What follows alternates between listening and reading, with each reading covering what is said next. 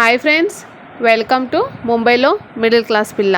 అందరు బాగున్నారా ఫ్రెండ్స్? నేనైతే బాగున్నాను, మీరు కూడా బాగుండాలని మనస్ఫూర్తిగా అయితే కోరుకుంటున్నాను. సో ఈ వీడియో అయితే డిమార్ట్ షాపింగ్ గురించి అయితే మీతో షేర్ చేసుకోవాలని చేస్తున్నాను అనమాట. అదేంటంటే మనము డిమార్ట్కి వెళ్ళినప్పుడు సో అంటే అనుకుంటాం ఒకటి అవుతుంది ఒకటి అనమాట. సో తీసుకురానికి ఒకటి పోతాము, ఇంకోటి తీసుకొని వస్తాము, అట్లయితే అవుతుంది. చాలాసార్లు అవుతుంది నాకు తెలుసు. సో కానీ నేను ఇట్లా కాకుండా ఫస్టే ప్లాన్ చేసుకుంటాను.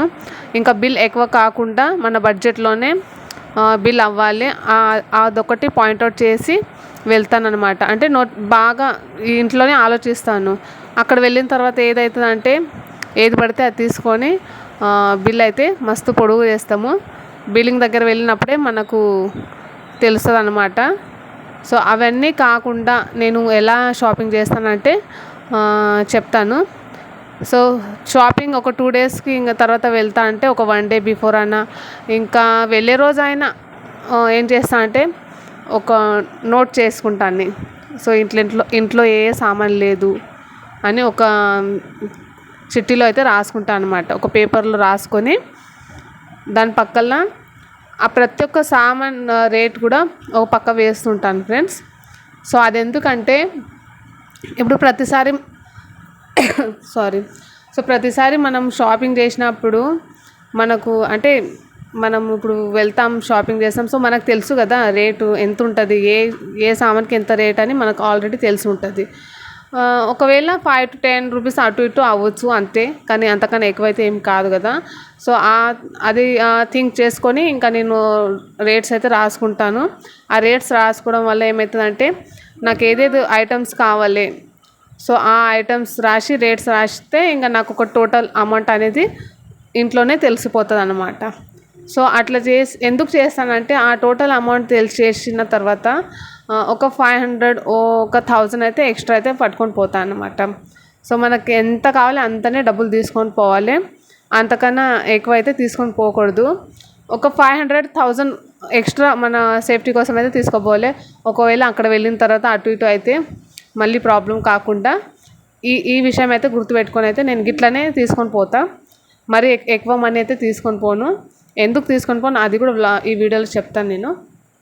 సో ఆ పేపర్ తీసుకున్న తర్వాత ఇంకా వెళ్ళిపోతాను అనమాట. సో డిమార్ట్కి వెళ్ళిన తర్వాత సో ఆల్రెడీ మనం నోట్ చేసాం కదా, సో ఆ సెక్షన్కే వెళ్తాం. సో మనం ప్రతిసారి వెళ్తే మనకు తెలిసి ఉంటుంది అన్నమాట ఏ ఐటమ్ ఏ ప్లేస్లో ఉంటుందని. సో అట్లా చేసి ఆ సెక్షన్లోకి వెళ్ళి ఆ ఐటమ్ అయితే తీసుకుంటాను అనమాట. మళ్ళీ వేరే సెక్షన్కి వెళ్ళాల్సిన అవసరమే లేదు మనకు. అట్లా చేస్తే ఏమవుతారంటే మన నోట్ చేసిన వస్తువులే తీసుకొని వస్తాం. సో అన్నెసెసరీ ఐటమ్స్ అయితే అస్సలు తీసుకోమన్నమాట. సో నేనైతే ఇట్లనే చేస్తాను. ఇంకా షాపింగ్ కూడా చాలా తక్కువ టైంలో కూడా అయిపోతుంది అనమాట. ఒక 30 to 50 మినిట్స్లో నా షాపింగ్ అయితే అయింది. ఫాస్ట్గా తీసుకుంటాం, వచ్చేస్తాం. ఒకవేళ మనం ఎంత టైం అక్కడ ఉన్నామంటే అంత మనకి మనీ బొక్క అనమాట. ఇంకా మనీ ఎందుకు తక్కువ తీసుకొని వెళ్ళాలి అంటే తక్కువ అనడం లేదు. సో ఫస్టే మనం తెలుసుంటుంది కదా ఎంత అవుతుందని ఆల్రెడీ మనకు తెలుసు. సో ఎందుకంటే ఒకవేళ బై మిస్టేక్ అక్కడ వెళ్ళిన తర్వాత ఏదైనా తీసుకోవాలనిపించినా కూడా డబ్బులు లేవు కదా అని మళ్ళీ ఎప్పుడైనా తీసుకుందామని ఈ మైండ్ సెట్తో అయితే నేను వస్తాను అనమాట. ఎందుకంటే మనం కొన్ని విషయాలు అవసరం లేకున్నా కూడా బాగుందని తీసుకుంటాం, అంతేగాని దాన్ని ఎక్కువ యూజ్ అయితే ఉండదు. కానీ మన కళ్ళకి నచ్చి సో కొంచెం అలా తీసుకుంటాం అంతే.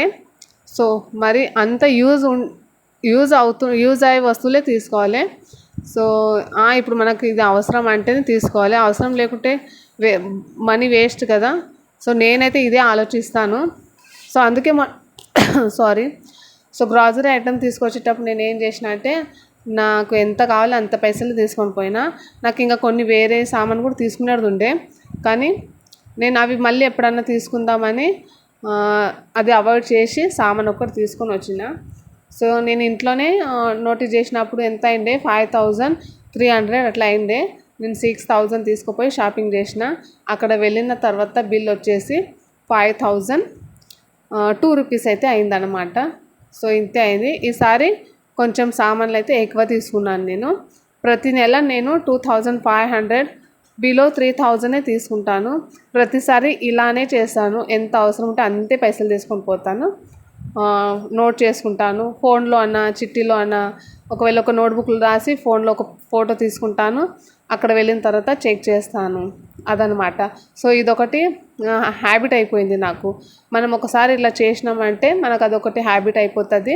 సో ప్రతిసారి వెళ్ళేటప్పుడు గీ పని ఒకటి చేయాలన్నమాట. సో దీంతో అయితే మనీ సేవ్ అయితే అవుతుంది. సో పిల్లల్ని అయితే తీసుకొని వెళ్ళడం అయితే అవాయిడ్ చేయాలి. మ్యాక్సిమం వరకు అయితే పిల్లల్ని తీసుకొని అవాయిడే చేయాలి. ఎందుకంటే అక్కడ వెళ్ళిన తర్వాత పిల్లలు ఏది పడితే అది తీసుకొని ట్రాలీలో వేస్తారనమాట. సో మనము ఒక్కొక్కసారి ఇంకా నో అని చెప్పడానికి మనకు అసలు